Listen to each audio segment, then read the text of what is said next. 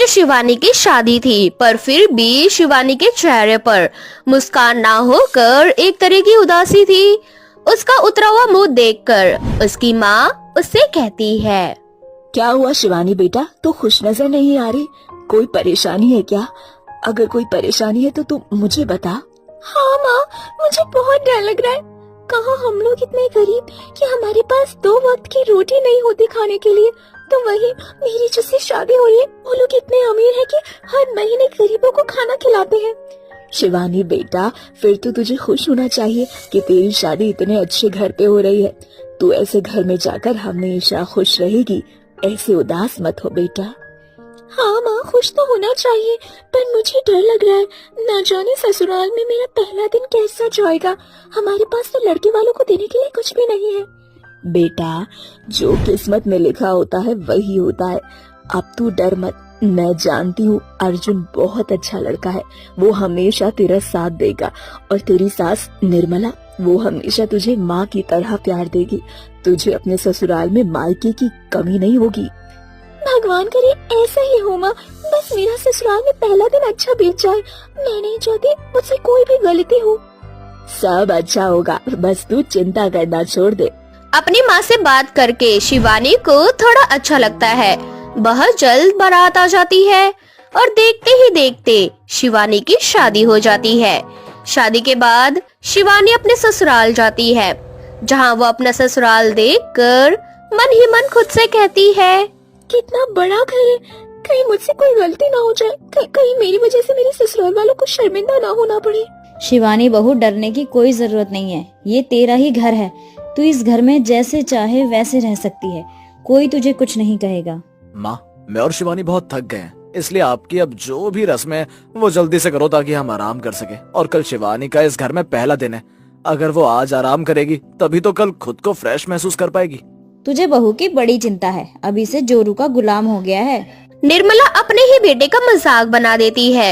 ये देखकर शिवानी को बहुत अच्छा लगता है और उसे खुशी होती है कि उसे इतना अच्छा ससुराल मिला है।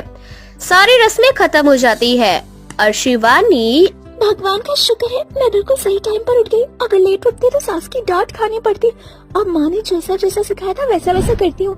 आज मेरा ससुराल में पहला दिन है, आज मैं कोई गलती नहीं करूँगी। अब शिवानी जल्दी से नहाकर पूजा करती है और पूजा करने के बाद सुबह का नाश्ता बनाने लगती है। कुछ देर बाद निर्मला की आंखें खुलती है और वो देखती है कि उसकी बहू ने सारा काम कर लिया है। बहू, ये सब क्या है? क्या ये सारे काम तूने किए हैं? माँ जी, आज मेरा ससुराल में पहला दिन है, इसलिए ना मैं नहीं चाहती थी कि मुझसे कोई गलती हो। माँ जी, क्या मुझसे कोई गलती हो गई है? बहू, तू चिंता मत कर, तुझसे कोई गलती नहीं हुई है। और मैं तुझे ये कहने वाली थी कि तू इस घर की बहू है, नौकरानी नहीं। थोड़ी देर में नौकरानी आती होगी, वो ही घर के सारे काम करती है। कल से तुझे कुछ भी करने की कोई जरूरत नहीं है। तू इस घर की बहू नहीं बल्कि मेरी बेटी है। माँ ने बिल्कुल सही कहा था, मेरी सास तो बहुत अच्छी है। मैं खुशनसीब हूँ ऐसा ससुराल पाकर। माँ तो बेकार ही डरा रही थी, उन्होंने इतना सब कुछ मुझे सिखाकर भेजा, यहाँ तो सब कुछ उल्टा हो रहा है। शिवानी, तू जाकर तैयार हो जा, कुछ ही देर में तेरी बुआ सास और काकी सास आने वाली है। अरे ये क्या, मुझे तो पता ही नहीं था कि मेरी काकी सास और बुआ सास भी है। माँ ने तो उनके लिए कुछ भेजा ही नहीं। अगर वो आई तो मैं क्या करूँगी? अब शिवानी ये सोच सोच कर परेशान होने लगती है और कुछ ही देर में उसकी बुआ सास और काकी सास आ जाती है। निर्मला अपनी शिवानी को उनके सामने बुलाती है। शिवानी की सुंदरता देखकर काकी सास और बुआ सास उसकी खूब तारीफें करती है और उसकी गरीबी का मजाक भी उड़ाती है। बहू, तू बहुत सुंदर है, पर इसकी साड़ी देखकर ऐसा लग रहा है जैसे कहीं से मांग कर लाई हो। अरे दीदी, ऐसा क्यों बोलती हो? तुम तो जानती हो ना कि हमारी जो निर्मला है वो एक गरीब घर की बेटी को इस घर की बहू बनाकर लाई है। भला गरीब घर की बेटी और किस तरह के कपड़े पहनेगी?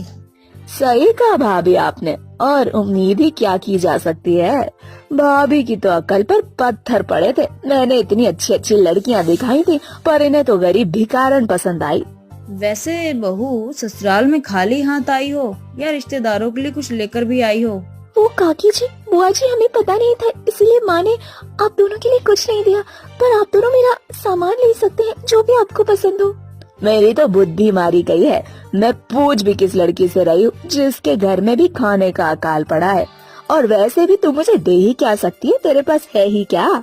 बहू देने के लिए कुछ होना भी चाहिए ना। क्या पता तेरी सास ने तुझे कुछ दिया हो और तू हमें वही थमा दे। अपनी नंद और देवरानी को अपनी बहू का मजाक बनता देख निर्मला से बर्दाश्त नहीं होता और वो उन दोनों को खरी खोटी सुनाने लगती है। माफ करना दीदी, पर आप दोनों मेरी बहू से इस तरह से बातें नहीं कर सकती। माना कि मेरी बहू थोड़ी गरीब है, पर इसका मतलब ये नहीं कि आप दोनों उसकी गरीबी का इस तरह से मजाक बनाएं। और मेरी बहू का आज ससुराल में पहला दिन है। मैं नहीं चाहती कि मेरी बहू का पहला दिन उसके आंसुओं के साथ बीते। नहीं माँ जी, रहने दीजिए, वो तो सिर्फ मुझे यहाँ देखने आई है। बहू, तुम नहीं जानती, ये काकी सास और बुआ सास तुम्हें यहाँ देखने नहीं आई थी, बल्कि तुम्हारी गरीबी का मजाक बनाने आई थी और तुम्हें नीचा दिखाने के लिए। और आखिर ये दोनों शुरू से ही तो ये सब करती आई हैं। भाभी, तुम्हें हमेशा यही लगता है, पर ऐसा कुछ नहीं है। हम तो बस तुम्हें बता रहे थे कि तुमने कितनी गरीब लड़की को अपने घर की बहू बना लिया और इसके लिए हमसे लड़ रही हो। वैसे भी हमें कोई शौक नहीं है तुम्हारी बहू से मिलने का। हम तो बस यहाँ अपना फर्ज निभाने आए थे। अगर आप दोनों ने अपना फर्ज निभा लिया हो तो आप जैसे आए थे वैसे जा सकते हो, क्योंकि मैं नहीं चाहती कि आप लोगों की वजह से मेरी बहू की आंखों में आंसू आए। उसका ससुराल में उसका पहला दिन इस तरह से जाए। माँ बिल्कुल सही कह रही है, इसलिए काकी और बुआ जी आप दोनों यहाँ से जा सकती हैं। अगर आप दोनों मेरी बीवी को परेशानी करना चाहती हैं तो फिर कभी आना, क्योंकि हम नहीं चाहते कि शिवानी का पहला दिन खराब हो। बेटा भी माँ की जुबान बोलने लगा है। चलो दीदी, हम यहाँ से चलते हैं। यहाँ रहने का कोई मतलब नहीं बनता।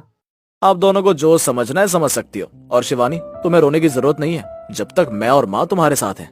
इस तरह से अर्जुन और निर्मला शिवानी को बुआ सास और काकी सास को शाने को कहते हैं। ये देखकर शिवानी को बहुत अच्छा लगता है और वो भगवान को धन्यवाद करती है कि ससुराल में उसका पहला दिन इतना अच्छा गया और उससे भी बड़ी बात ये कि उसे इतना अच्छा ससुराल मिला।